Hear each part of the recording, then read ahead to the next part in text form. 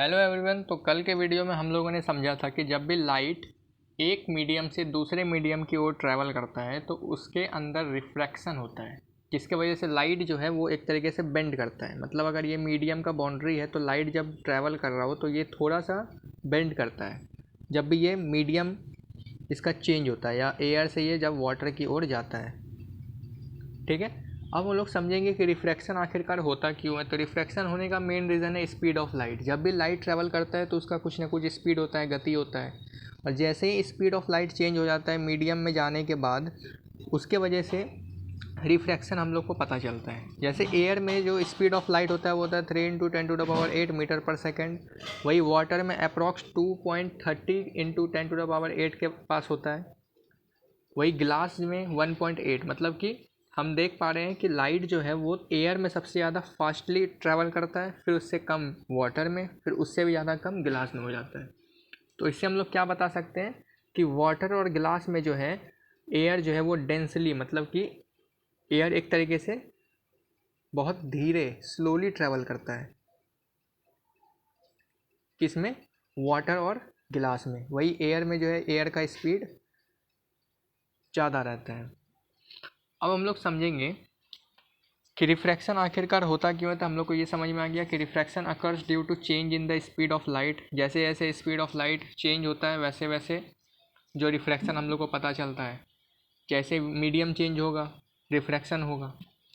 अब हम लोग टर्म एक पढ़े थे कल, रिफ्रैक्टिव इंडेक्स। अब हर एक मीडियम का रिफ्रैक्टिव इंडेक्स होता है। कुछ रेयरर मीडियम होता है, कुछ डेंसर मीडियम होता है, तो अब सबका रिफ्रैक्टिव इंडेक्स अलग अलग होता है। तो रिफ्रैक्टिव इंडेक्स आखिरकार बोलते हैं किसको है? तो रिफ्रैक्टिव इंडेक्स जो होता है किसी भी मीडियम का, हम लोग उसको कैसे डिफाइन करते हैं? तो ratio of the speed of light in vacuum. जो भी स्पीड ऑफ लाइट होगा वैक्यूम में, उसको हम लोग डिवाइड कर देंगे speed of light in that medium. जिस भी मीडियम से हम लोग बात कर रहे होंगे उससे हम लोग डिवाइड कर देंगे, तो हम लोग को रिफ्रैक्टिव इंडेक्स पता चल जाएगा उस मीडियम का। जैसे कि refractive index is equal to speed of light in vacuum. Speed of light in vacuum कितना होता है? 3 × 10⁸ मीटर पर सेकेंड।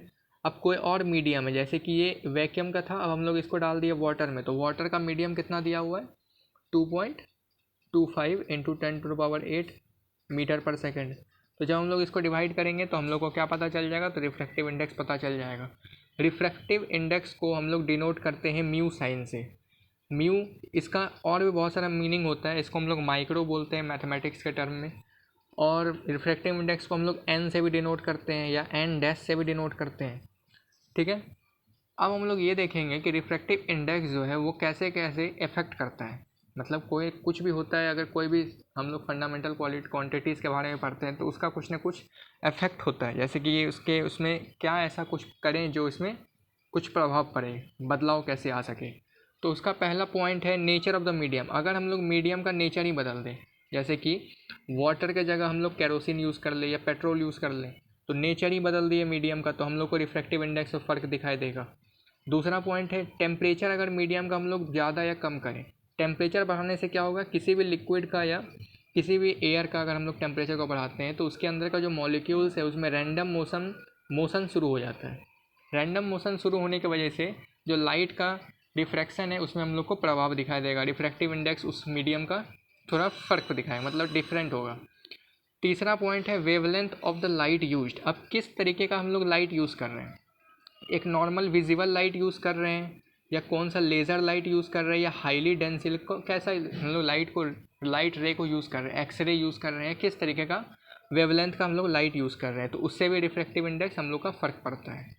ठीक है, अब कल के वीडियो में हम लोग देखेंगे कि ग्रास होपर फ्रॉग रिलेशन। इसको हम लोग एक तरीके से, ये तो एक ग्रास होपर और फ्रॉग का दिया गया है, बहुत सारे किताब में दिया जाता है कॉइन और एक टम्बलर का, कि एक टम्बलर में अगर कॉइन रखा हुआ है तो उसका एक्चुअल पोजीशन होता कहाँ है, अपेरेंट डेप्थ उसका पानी का कितना होता है, और उस कॉइन का पोजीशन क्या होता है एक्चुअल। तो ये भी एक एग्जांपल है। फिर उसके बाद हम लोग जानेंगे लॉ ऑफ रिफ्रैक्शन के बारे में। ठीक है, तब तक के लिए थैंक्स फॉर वॉचिंग।